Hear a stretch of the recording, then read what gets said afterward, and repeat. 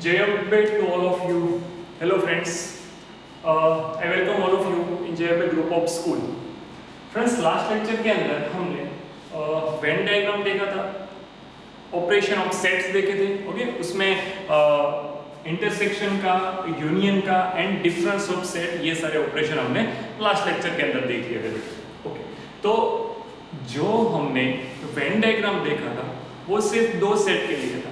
तो आज हम इस लेक्चर का स्टार्ट ऐसे करेंगे कि भाई आपको अगर तीन सेट दिया हो ए बी सी, तब जाके वेन डायग्राम कैसे ड्रॉ करना है, ओके।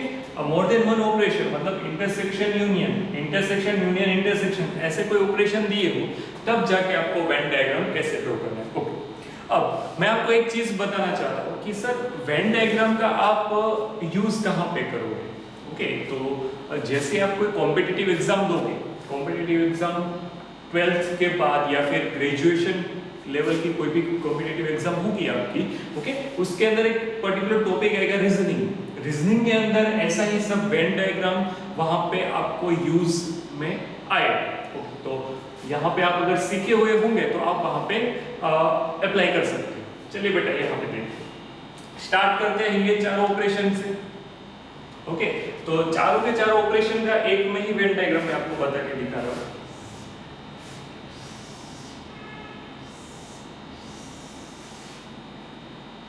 ओके, सपोज यहाँ पे कितने सेट है, दो सेट है, तो ये पहला ए ड्रॉ किया, ये दूसरा बी ड्रॉ किया, ये यूनिवर्सल सेट है, ये सेट ए है, ये सेट है बी, ओके। अब मैं सबसे पहले आपको ये बताना चाहता हूँ, आपको दो चीजें पता है, एक तो इंटरसेक्शन क्या होता है और यूनियन क्या होता है, ओके। तो सबसे पहले यूनियन, यूनियन मतलब क्या होता है बेटा, ए की और बी की बाउंड्री के साथ जितने भी अंदर इंक्लूड हो सब, तो ए यूनियन बी का मीनिंग ही होता है ए और बी, ए का एलिमेंट और बी का एलिमेंट और दोनों का, लेकिन कोई भी एलिमेंट कॉमन नहीं आना, मतलब एक एलिमेंट दूसरी बार रिपीट नहीं होना चाहिए सेट के अंदर, ओके। तो यहाँ पर मैं ऐसे ड्रॉ करूँ ए यूनियन बी, ठीक है, ये जो मैंने अभी ड्रॉ कर रहा हूँ किसका है, ए यूनियन बी का, ओके। तो आप ये देख सकते हो कि ये जो मैंने बाउंड्री बनाई है वो ए यूनियन बी की, वो आपको पता। सर इंटरसेक्शन मतलब क्या, इंटरसेक्शन मतलब दोनों में जो कॉमन होगा वो, तो कॉमन कहाँ पे दिख रहा है आपको, ये बीच वाला, ओके, ये बीच वाला है, तो बीच वाला क्या हो जाएगा बेटा, ए इंटरसेक्शन बी। एक फिगर के अंदर मैं आपको चारों प्रॉपर्टी बता रहा हूँ, A minus B, B minus A intersection B, A union B, ताकि आपको एक दूसरे से कंपेयर करने में पता चले, ओके। चलिए ये हो गया पूरा यूनियन, ये बीच वाला मतलब जो दोनों में कॉमन होगा वो इंटरसेक्शन आपका, ओके बेटा। चलिए आगे बढ़ते, अब बारी आती है ए माइनस बी। चलो ए माइनस बी को आप समझे कैसे थे, ए के एलिमेंट्स में से बी का एलिमेंट्स माइनस करना है, जो ए का बचता है वो आपका ए माइनस बी होगा। सर इन शॉर्ट इसको मैं ओनली ए बोल सकता हूँ, ओके। कई बार आपको जो भी सम देंगे आगे के एक्सरसाइज में वहां पे ओनली ए भी लिखा होगा, तो ए माइनस बी को मैं क्या बोलूंगा, ओनली ए। ओनली ए का मतलब इसके अंदर कोई दूसरा एलिमेंट, दूसरे सेट का एलिमेंट होगा ही नहीं, सिर्फ और सिर्फ एक का एलिमेंट। ऐसे ही अगर मैं बी माइनस ए को देखने जाऊं तो ये क्या होगा बेटा, ओनली बी। क्यों ओनली बी, इसके अंदर कोई दूसरा एलिमेंट नहीं होगा, सिर्फ किसका एलिमेंट होगा, बी का एलिमेंट, ओके। बी माइनस ए मतलब बी के एलिमेंट में से ए का एलिमेंट माइनस करो, जो बी का बचता है वो आपका आंसर है। इसको मैं बोल सकता हूँ ओनली ए, इसको बोल सकता हूँ ओनली बी, ओके। इसको क्या बोलेंगे, common A and B, A intersection B को क्या बोलेंगे, A and B, A union को क्या बोलेंगे, ए और बी, ओके। ये सारे वर्ड्स हैं जो आपको याद रखने हैं। ए माइनस बी मतलब ये पूरा एक ए था, चलिए पहले ये देखिए, ये पूरा ए था, ये पूरा ए था, ठीक है। पहले सिर्फ सेट ए को नजर करिए, अब सेट ए के अंदर से मैं बी के एलिमेंट माइनस, बी का एलिमेंट कौन है, तो देखिए यहाँ पे, हालांकि ये जो कॉमन है वो दोनों का है, लेकिन इसके अंदर बी का भी आ रहा है। तो अगर मुझे ऐसा दिखाना हो आपको कि what is A minus B, तो ये जो मैंने येलो चौक से आपको दिखाया है बाउंड्री,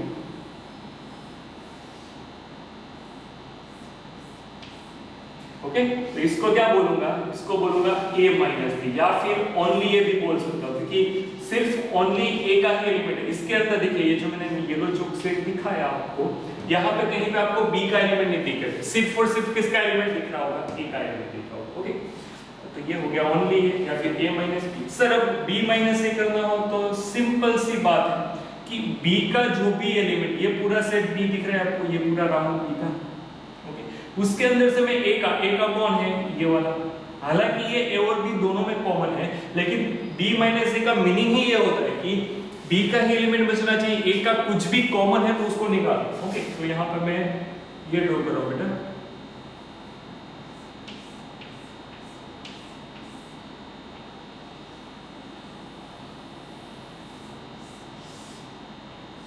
ओके, तो ये क्या हो गया, येलो चौक से दिखा रहा हूं आपको, वो क्या हो गया बेटा, वो हो गया बी माइनस। बी माइनस ए किसको बोलोगे, तो कि ये मैं जो चौक से राउंड कर रहा हूं यहाँ पे, ये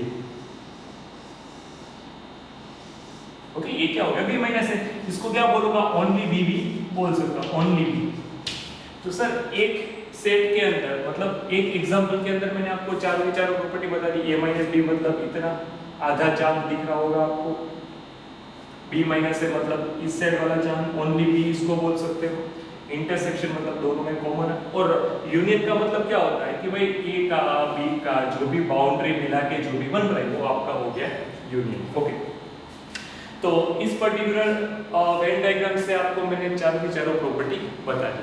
ओके बेटा, अब आगे बढ़ते हैं थोड़ा सा। उसके अंदर क्या है कि अगर मुझे 3 सेट दिया है, ओके, 3 सेट्स, तो 3 सेट्स के अंदर मुझे किसी दो का ऑपरेशन बताना है या फिर मोर देन 1 ऑपरेशन बताना है, तो मैं कैसे बताऊंगा उसके बारे में थोड़ा डिस्कशन करते हैं।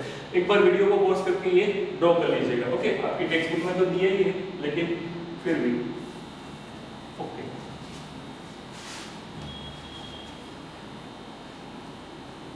चलिए बेटा स्टार्ट करते हैं। बी यूनियन सी। ओके, तो सबसे पहले मैं क्या ड्रॉ करूंगा, 3 सेट ड्रॉ करूंगा, 3 सेट्स। ये क्या हो गया, यूनिवर्सल सेट, ये ए है, ये बी है, और ये है कोई सेट सी। ओके, इसको नाम दो ए, इसको नाम दो बी, इसको नाम दो सी। मुझे यहाँ पे क्या बोला बेटा, पहला मैं ले रहा हूँ B union C. B union C का मीनिंग क्या होता है, बी की और सी की बाउंड्री को कवर करके उसके अंदर आ रहा है वो सब। तो पहले बी की बाउंड्री यहाँ से स्टार्ट करते हैं, और सी, ठीक है, बी की और सी की दोनों की बाउंड्री को कवर करना है। ये बी हो गया, ये सी का स्टार्ट हो रहा है, उसके अंदर ए का आए या नहीं मुझे कोई लेना देना नहीं है। देखिए मैं अपना यहाँ पे 3 सेट दिया है, लेकिन मैं अपना कंसंट्रेशन किसके ऊपर रखूंगा, बी और सी। यूनियन का मीनिंग क्या होता है, और बी और सी के ऊपर अपना कंसंट्रेशन रखूंगा यहाँ पे ऐसा। ओके, तो अगर आप ये देख रहे हो तो इसके अंदर क्या क्या दिख रहा है आपको, इसके अंदर आपको दिख रहा होगा बी यूनियन सी। ओके, इसके अंदर ए आए चाहे ना आए मुझे उससे कोई लेना देना नहीं है, सिर्फ आपको क्या लेना देना है, आपको जो डेटा दिया है उसके हिसाब से आना चाहिए। ओके, तो ये हो गया मेरा बाउंड्री हो गया बी यूनियन सी का, अगर 3 सेट आपको गिवन है तो। चलिए बेटा आगे बढ़ते हैं। दूसरा क्या दिया है, ए इंटरसेक्शन बी। यहाँ पर मैं लिखूंगा ये है, ये जो दिख रहा है आपको बी यूनियन सी का ग्राफ, वेन डायग्राम। अब मैं आगे ड्रॉ करने वाला हूँ ए इंटरसेक्शन बी का। ए इंटरसेक्शन बी का मीनिंग क्या होता है कि ए में एंड बी में जो भी कॉमन है वो आपका आंसर हो जाएगा। तो यहाँ पहले मुझे ये सेट ए ड्रॉ किया मैंने, ये ड्रॉ किया बी, ये ड्रॉ किया सी। ओके, ये ए, ये बी, ये सी। ओके सर, आप एक सिंपल बात समझ लीजिए, यहाँ पे सिर्फ ए बी की बात हो रही है, सी है नहीं, लेकिन मैं तीनों सेट को लेके चल रहा हूँ। अगर 3 सेट दिए हैं तो आपका क्या वेन डायग्राम है। ओके, तो आपकी नजर किसके ऊपर होनी चाहिए, सिर्फ A intersection B. A intersection B मतलब ए का एंड बी का। तो पहले मैं ये देखूंगा बेटा, ए का कौन है, ये रहा बाउंड्री, ए का बाउंड्री है, और बी का, तो बी का ये बाउंड्री है। दोनों में कॉमन कितना आ रहा है, देखिए कितना आ रहा होगा। ओके, ये का बाउंड्री था, ये था बी का बाउंड्री और दोनों में कॉमन ये जो आ रहा है उसको मैं क्या बोलूंगा बेटा, ए इंटरसेक्शन बी। अगर 3 सेट दिए हैं तो भी आपको जो बोला है यहाँ पे ए इंटरसेक्शन बी बोला है तो उन दोनों के ऊपर नजर रखनी है। ओके, सिर्फ उन दोनों के ऊपर नजर रखूंगा तो मुझे पता चल जाएगा कि मैंने ये ए, ठीक है, आपकी जो टेक्स्ट बुक होगी ना, आपकी टेक्स्ट बुक के अंदर ऐसा लिया, ये ए लिया है और इसको सी लिया, इसको बी लिया। ओके, तो कंफ्यूज ना हो कि सर ये आपने रॉन्ग लिखा, ऐसा नहीं है। मैं जिस सेट को दिखा रहा हूँ ये ए है, ये बी है और ये सी है। ओके, तो मैं ए की बाउंड्री को देखूंगा, मैं बी की बाउंड्री को देखूंगा, मुझे दोनों का इंटरसेक्ट है तो दोनों में जो कॉमन दिख रहा है वो मेरा आंसर होना चाहिए। ओके, चलिए आगे बढ़ते हैं। ये हो गया सेकंड। आई होप कि आपको फर्स्ट और सेकंड अगर 3 सेट के रूप में दिया हो तो आपको कैसे करना है आपको आइडिया है। ओके, अब एक काम करते हैं, पहले ये ए इंटरसेक्शन सी साथ में लेते हैं। ओके, ताकि आपको दो दो का फिर 3 की पेयर समझ में आए। चलिए मैं ड्रॉ कर रहा हूं, ये यूनिवर्सल सेट लिख दिया। ए इंटरसेक्शन सी का मीनिंग तो फिर सर पहले मैं सेट ए ड्रॉ करूंगा, सेट बी ड्रॉ करूंगा, ये सेट सी, ये ए, ये बी, ये सी। चलिए अब यहाँ पे सिर्फ 2 सेट को लेना है, ए को और सी।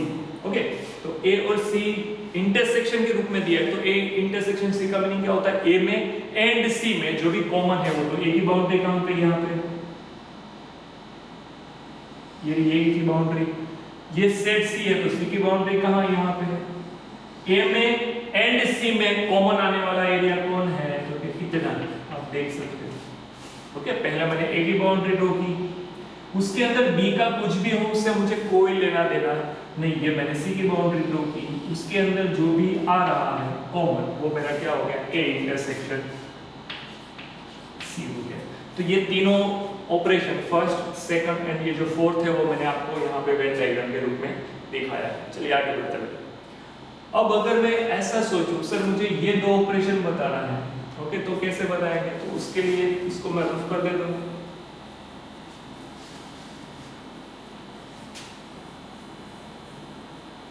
ओके, चलिए आगे बढ़ते हैं।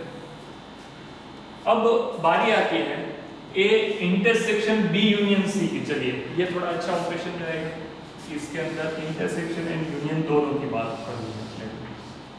यूनिवर्सल सेट लिख दिया, मैं 3 सेट को ड्रॉ कर रहा हूँ, ये सेट ए है, ये सेट बी है, ये है कोई सेट सी। ओके, इसके नाम देते ताकि आपको कंफ्यूजन ना हो, ए बी सी।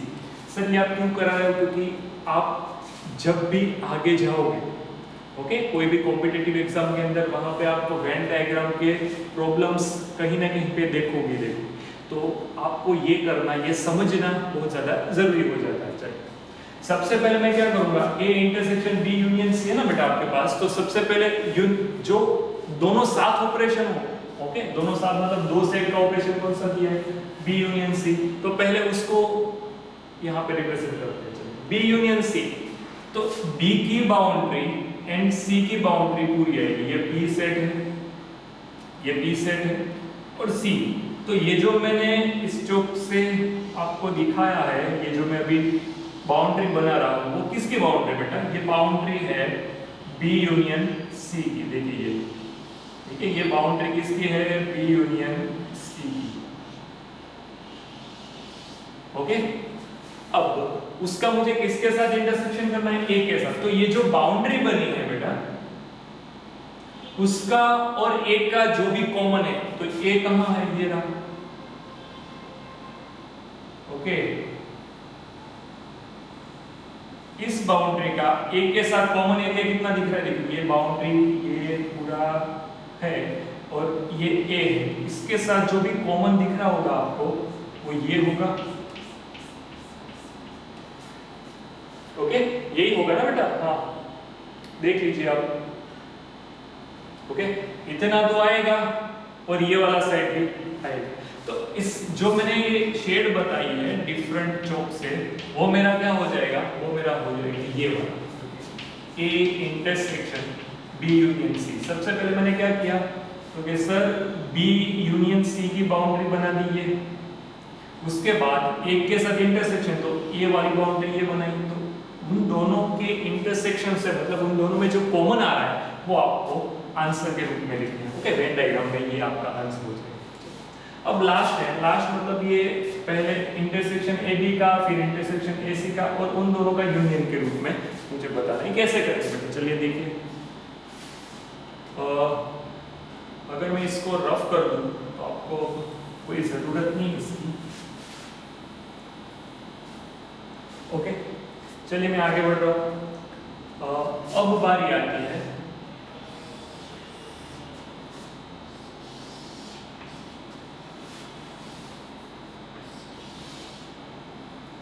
ये कोई सेट A है, ये कोई सेट B है, ये कोई set C, A B C के रूप में मैंने आपको बता दिया।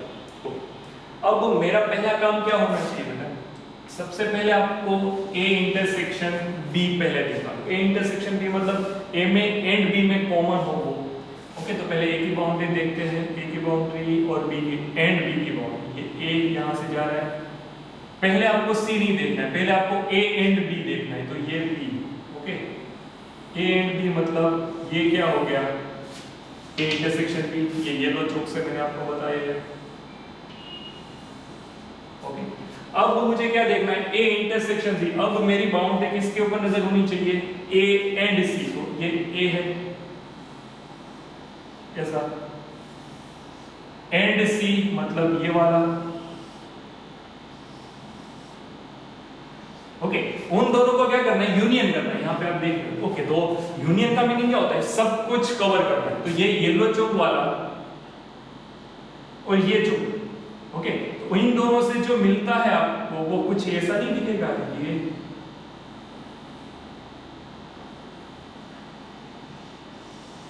देख रहे हो आप लोग। ओके, तो अगर मैं इसको दिखाना चाहूँ तो देखिए, ये पहले इतना था, फिर ये था। तो अगर मैं सबको मिलाऊं तो ये जो डिफरेंट टाइप का एक शेप मिल रहा है आपको, वो आपका क्या होगा, आंसर होगा। ओके बेटा, तो ये क्या हो गया हमारा आंसर के रूप में मैंने आपको दिखाया। आंसर क्या है, A इंटरसेक्शन B, पहले इंटरसेक्शन B बताया, फिर इंटरसेक्शन C बताया। दोनों का मुझे यूनियन करना था, दोनों से जो कंबाइन करके मिल रहा है वो मेरा क्या हो गया, आंसर। तो आज इस लेक्चर के अंदर हमने स्टार्टिंग किससे किया, वेन डायग्राम से। ओके, तो वेन डायग्राम यहाँ पे आपको समझना बहुत ज्यादा जरूरी था। मैंने सब का आपकी टेक्स्ट बुक में जो भी दिए हैं सारे के सारे डेटा आपको वेन डायग्राम के रूप में मैंने आपको दिखा दिया। ओके, अब हम स्टार्ट करेंगे एक्सरसाइज नंबर 1.4। एक्सरसाइज नंबर 1.4 किसके रिलेटेड है, तो सारे के सारे हम जो भी ऑपरेशन किए, operation means union, intersection, okay, उसके रिलेटेड पूरा का पूरा एक्सरसाइज है। चलिए स्टार्ट करेंगे। एक्सरसाइज नंबर 1.4 का क्वेश्चन नंबर फर्स्ट मुझे क्या दिया है कि find the union of the following pair. Okay, तो कोई x दिया है यहाँ पर 1 3 5, कोई y दिया है 1 2 3। ओके, अगर आपको यूनियन फाइंड करना है तो x यूनियन y इस रूप में लिखना पड़ेगा, इज इक्वल टू पहले x के सारे एलिमेंट लिख दीजिए, यूनियन क्या करना है, y का यूनियन करना है। ओके, यहाँ पे क्या हो गया 1 2 3 5। सर यूनियन का मीनिंग लास्ट लेक्चर के अंदर हमने बताया था, अच्छे से प्रिपेयर भी किया था कि यूनियन का मीनिंग क्या होता है, ए का और बी और दोनों का ऐसा एलिमेंट सब कुछ लिख दे, कोई भी एलिमेंट रिपीट नहीं होना चाहिए। तो ये आपका आंसर हो गया। Question number second, A is equal to कुछ दिया है A E I O U, B is equal to कुछ दिया है A B C। ओके, तो A यूनियन B मैं किस रूप में लिखूंगा, तो सबसे पहले A के एलिमेंट लिखिए A E I O U, union किसके साथ, तो भाई ये जो B सेट है उसके एलिमेंट है A B C। आपको यहाँ पे लिखना है A B C E I O U, ये आपका क्या हो गया बेटा, यूनियन हो गया। ओके, चलिए क्वेश्चन नंबर थर्ड देखते हैं। क्वेश्चन नंबर फर्स्ट का थर्ड मुझे किस रूप में दिया है, ओके सर, A दिया है कोई x such that x is a natural number and multiple of 3। चलिए मैं यहाँ पे सेट को आपको डायरेक्टली लिख के देता हूँ। ओके, मैं पहले डेटा पढ़ा हूँ, x such that x is a natural number and multiple of 3। Natural number भी होना चाहिए और मल्टीपल ऑफ 3 भी होना चाहिए। तो 3 का टेबल 3 6 9 12 ऐसा इनफाइनाइट तक चलता जाएगा, क्योंकि मुझे लास्ट डिजिट दिया नहीं है। ओके, मल्टीपल ऑफ 3 का मीनिंग क्या होता है? 3 का टेबल आप लिख सकते हो। सेट बी के रूप में क्या दिया? x is natural number less than 6। Natural number less than 6 का मीनिंग क्या होता है? 1 2 3 4 5 5 6 से छोटा मतलब 5 तक ही आएगा नेचुरल नंबर। ओके, अब मुझे अगर इन दोनों का यूनियन करना है तो आपको एक चीज यहाँ पे ये ध्यान रखनी पड़ेगी, ये जो सेट है, सेट ए, वो इनफाइनाइट सेट। इनफाइनाइट सेट का मीनिंग क्या होता है? सेट ए का जो नंबर ऑफ एलिमेंट है वो काउंटेबल नहीं है। ओके, ये तो आगे बढ़ता ही जाएगा। यूनियन करना है एक फाइनाइट सेट के साथ, तो सर इसका आंसर क्या आएगा? इनफाइनाइट ही आएगा। ओके, क्योंकि ये तो सेट ए तो आगे बढ़ता ही जाएगा, कितना बढ़ेगा हमको कुछ आइडिया नहीं है। तो दोनों का यूनियन करूंगा तो 1 2, पहले आपको क्या लिखना है? पहले आपको ऐसे एलिमेंट लिखने, देखिए ये 3, ये जो सेट ए है उसके एक पैटर्न है, 3 6 9 आगे जाएगा तो 12, आगे जाएगा तो 15, ऐसे पैटर्न है। ओके, तो पैटर्न को मैं एक साथ लिखूंगा कि भाई 3 6 9 12 ऐसे ऐसे इनफाइनाइट कर दूं। फिर से एक बार देख लीजिए, यहाँ पे 1 2 4 5 आगे क्यों लिखा, 3 को पीछे क्यों लिखा, ऐसा कोई जरूरी नहीं है, लेकिन एक पैटर्न मेंटेन हो कि भाई 3 के बाद मैंने 6 लिखा, 6 के बाद 9 9 के बाद 12, ऐसे आपको एक आइडिया आएगा कि हाँ ये 12 के बाद 15, ये मतलब 3 का टेबल आगे बढ़ता जा रहा है। ओके बेटा, चलिए question number 4th, a is equal to कोई दिया x such that x is a natural number है एंड 1 लेस देन, ऐसा कोई दिया 1 लेस देन x लेस और इक्वल टू 6। इसका क्या मीनिंग होता है? 1 से बड़ा, तो 1 से बड़ा मतलब 2 3 4 5 6 या 6 से छोटा तो लेस देन ये 6 होगा। यस, ये b लिखा है, b क्या लिखा है? 6 less than x less than 10, तो 6 से बड़ा मतलब 7 8 9 और 10 से छोटा मतलब 10 से छोटा तो 9 ही आएगा। ओके, नाउ अगर मुझे a यूनियन b करना है बच्चे, ये 2 3 4 5 6, पहले सेट a को लिखा यूनियन 7 8 9। ओके, तो अगर मैं यूनियन करूंगा तो 2 3 4 5 6 7 8 9 के रूप में लिख सकता हूं। Yes, this is the answer. Okay, अगर मुझे आंसर को और x, ये कौन सा फॉर्म है? ये रोस्टर फॉर्म।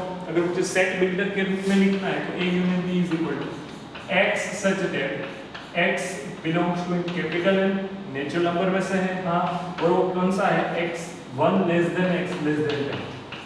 तो अगर मुझे सेट बिल्डर के रूप में लिखना है तो मैं ऐसे लिख सकता हूँ, अगर रोस्टर फॉर्म के रूप में लिखना है तो मैं ऐसे लिख सकता हूँ। Okay, question number 5th, second का 5th देखो, a is equal to 1 2 3 and b is equal to 5। मुझे a का यूनियन करना है b के साथ, जो b क्या दिया है? 5 मतलब एम्प्टी सेट दिया बेटा, तो a यूनियन b आप लिखोगे तो 1 2 3 यूनियन 5 के साथ करना है, तो 5 को आप ऐसे लिखोगे। ओके, एम्प्टी सेट, तो दोनों का यूनियन क्या होगा? तो a 1 2 3 ऐसा ही होगा। किसी भी सेट का आपको एक प्रॉपर्टी याद रखनी है, a union 5 is equal to, किसी भी सेट का 5 के साथ यूनियन करोगे तो वो सेट खुद आएगा। ये प्रॉपर्टी हमने लास्ट लेक्चर के अंदर पढ़ी। तो ये हो गया a which is equal to आप a b लिख सकते हैं, सेट a। ओके, तो यहाँ पे हमारा क्वेश्चन नंबर 1st कंप्लीट होता है बेटा। क्वेश्चन नंबर 2nd देखो, सेकंड के अंदर मुझे कुछ ऐसा दिया है। Question number 2nd, set a है ab, सेट b है abc, is यहाँ पे बोला है is a is a subset of b, तो क्या sir? Yes, a is a subset of b यहाँ पे आपको दिखना चाहिए क्योंकि a का हर एक एलिमेंट b के अंदर इंक्लूडेड है, तो a is a subset of b। Yes, what is यहाँ पे लिखा है? Yes, a is a subset of b and a union b is equal to क्या आएगा? तो भाई a b union a b c, यहाँ पे आप डायरेक्टली लिख सकते हो a b c, या फिर ये क्या है? b, ठीक है, सेट b। ये तो एक कॉमन सेंस की बात है कि अगर सेट a b के अंदर इंक्लूड होगा तो a यूनियन b मुझे क्या मिलेगा? b ही मिलेगा, क्योंकि a तो ऑलरेडी b के अंदर आ चुका है। देखिए ए ऑलरेडी बी के अंदर आ चुका है, तो मैं अगर ए यूनियन बी करना चाहूँ तो मुझे आंसर में बी ही मिलेगा। ओके, क्वेश्चन नंबर 3 है पूरा का पूरा इसके रिलेटेड।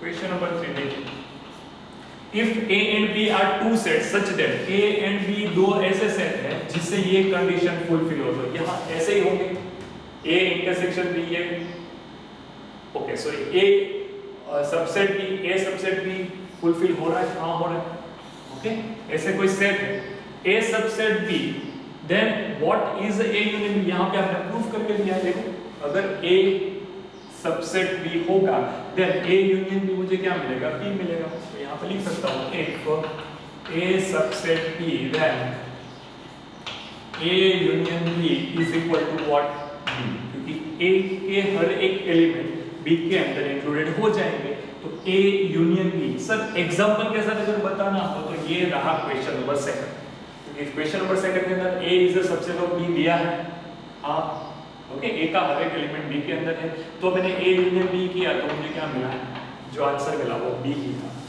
आगे बढ़ते, आगे क्वेश्चन नंबर 4 है, 4 के अंदर मुझे क्या दिया है, ओके बहुत सारे ऑपरेशन करने को बोला। क्वेश्चन नंबर 4 कोई सेट ए है 1 2 3 4, कोई सेट बी है 3 4 5 6, कोई सेट सी है 5 6 7 8, कोई सेट डी दिया है 7 8 9 और 10। ओके, तो यहाँ पे मैं कुछ चीजें करने वाला हूँ, कुछ चीजें आपको होमवर्क में देने वाला हूँ। सर सबसे पहली बात कि भाई पहला ए यूनियन बी आप सेल्फ कर सकते हो, ए यूनियन बी आपको आएगा। दूसरी बात ए यूनियन सी, ये भी हम सेल्फ से कर सकते हो। तीसरी बी यूनियन सी भी आपको आएगा।